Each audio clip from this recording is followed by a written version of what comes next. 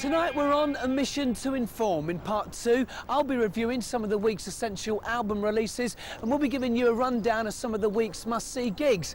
There's also more audio nuggets from Madder Rose and Sleeper, plus a rare interview with Nick Cave. I'd watch it.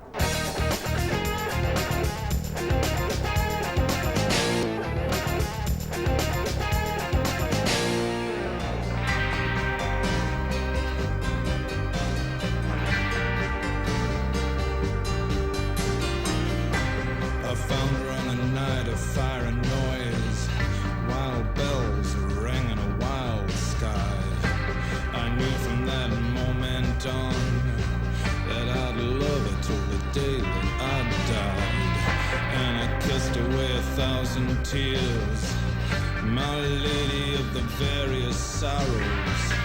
Some begged, some borrowed, some stolen, some kept safe tomorrow. On an endless night, silver star spangled, the bells from the chapel went jingle, jingle. Do you love me? Do you love me? Do you love me?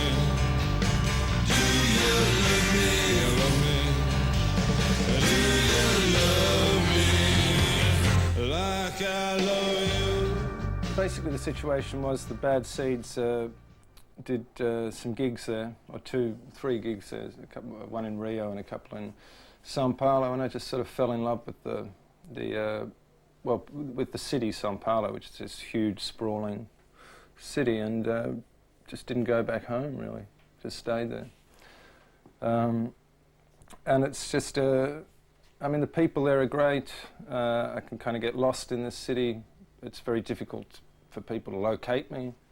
And, yeah, just, you know, it's just a great place. I mean, there's a whole other side to Brazil. That was actually, those things sort of attracted me to Brazil in the first place, because it seemed like such a wild, kind of chaotic nightmare of a city, and I was actually looking for something that was like that, something that was different from living like London and Berlin, where I'd been spending a lot of time.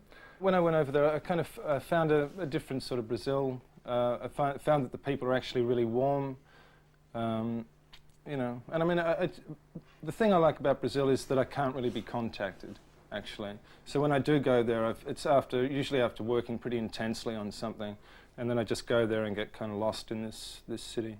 It's more that I'm a gringo there. It's more that I'm actually not a Brazilian. I kind of, in my area that I live in, you know, people know me pretty well there, and know me as this sort of. I don't think they really know my music, but they know me as this sort of gringo rock star who sort of hangs out in their bars and stuff like that. And they'll always treat me as a gringo. I'll always be like a stranger or a foreigner there. But they're also very friendly about that. You know, they're very courteous, friendly. They don't bug me. You know, they're great people. I'm a transvestite for about 2 seconds in the video, really. Sure, I put on a few dresses and stuff like that. Well, I mean, you know, I thought everyone did that, didn't I? But there's a photograph of me on the front of Vox magazine, I think, wearing a bra, which I also put on some confused moment, but you know, I really don't spend a lot of time dressing up in women's clothing. You know, Honest gov. Honest gov.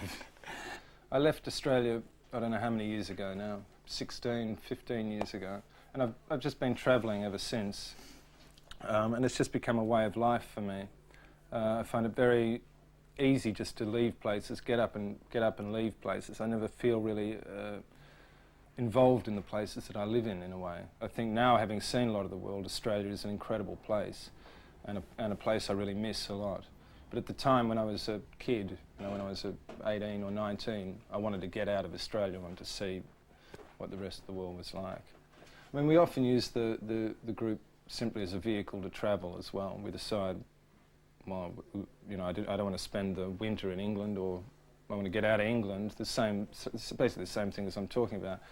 I tend to sort of breathe a sigh of relief when I get back to Australia. I really feel like I do belong there, and I really understand the people there, and it's a beautiful, you know, it's a beautiful place. But I just don't want to. I don't want to. have my career there. Really, it's just too difficult. Definitely, when I'm playing live, it's getting a lot of energy out, a lot of frustration out, and that sort of thing. But you know, I think the actual writing of a record, which is far more important to me, is basically a way of externalizing my thoughts and understanding what I feel about things, and sort of documenting the way my life is going, you know, this particular year or 2 years or whatever. So, but I mean, I do write a lot of negative kind of things, I guess, and I think that's definitely a venting of sort of anger and frustration. I enjoy writing songs that are violent.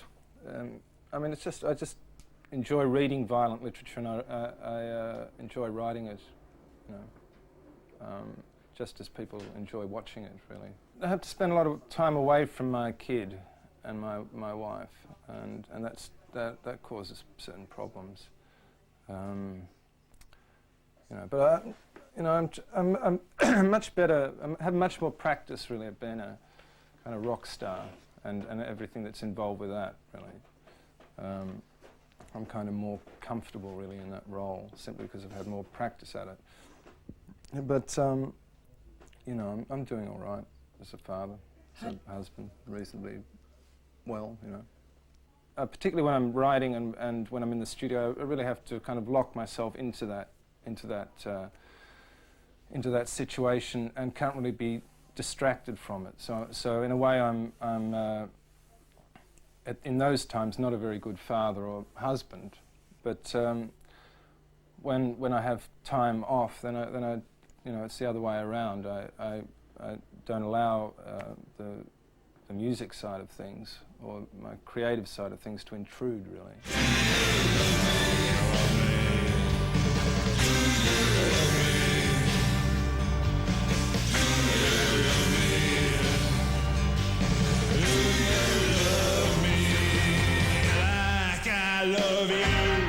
Got those filofaxes and diaries at the ready? Well, you better had, because coming up next is our regular look at some of the week's must-see gigs. The Beats Gig Guide's up next. So black and white.